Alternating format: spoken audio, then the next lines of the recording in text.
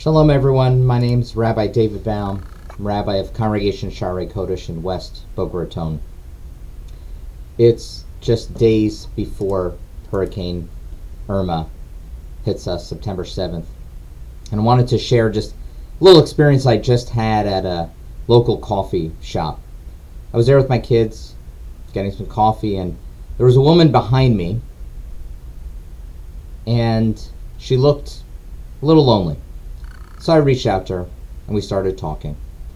She shared with me that she lives alone, just with her dog, and this is the first hurricane she's ever been through.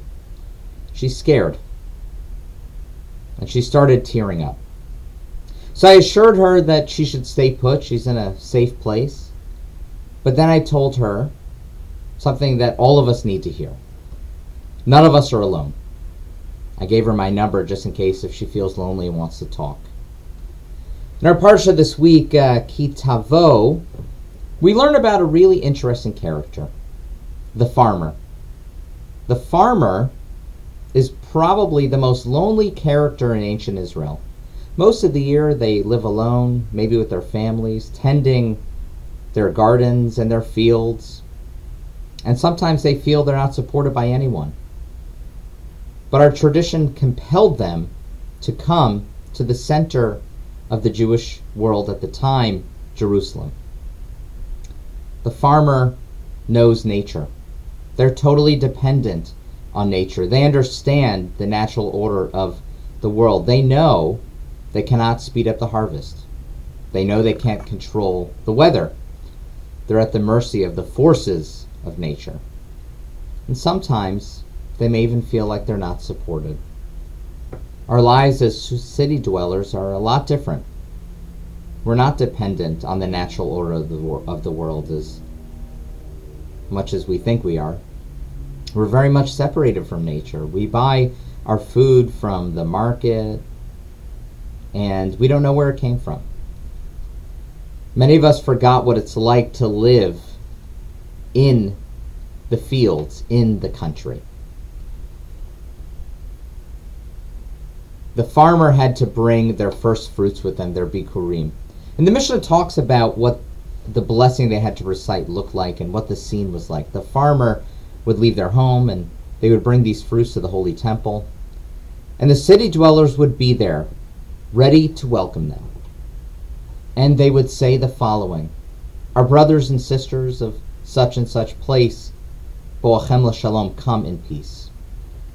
And it shows us that we can be there for each other, especially for the lonely, that we cannot forget nature as much as we cannot forget about God's impact on our collective story.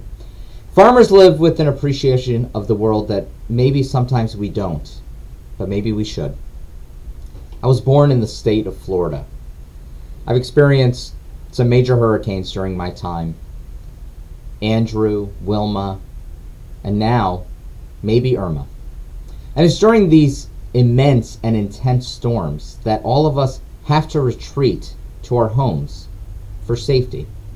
We board up our homes, and some of us cannot even see what's going on outside. But after the storm passes, we go outdoors, we venture outdoors, and it's at that time that we say to our brothers, our sisters, our neighbors of Florida, bo'achem l'shalom, come in peace. During the next few days, many of us will be lonely and scared. But the storm will pass, and that's when the real work of life begins again. In Psalm 27, the psalm that we read during this season, the high holiday season, we end the psalm by saying the following words: Lulei He'emanti Lir'ot betuv Adonai beretz chaim, kaveh el Adonai, hazak libecha, kaveh el Adonai. If only I could trust that I would see God's goodness in the land of the living. Place your hope in Adonai. Be strong. Take courage. And place your hope in Adonai. Our tradition teaches us that each one of us has a piece of God's first creation within us, a supernal light. We have within us an Or HaGanuz, this hidden light. Each one of us has a piece of the divine within us. When we place our hope in God, we also place our hope in each other. Be strong. Be courageous. Let your inner light show to your neighbors and your fellow citizens after the storm. I wish you all a Shabbat Shalom, and may God grant you peace and safety in your homes.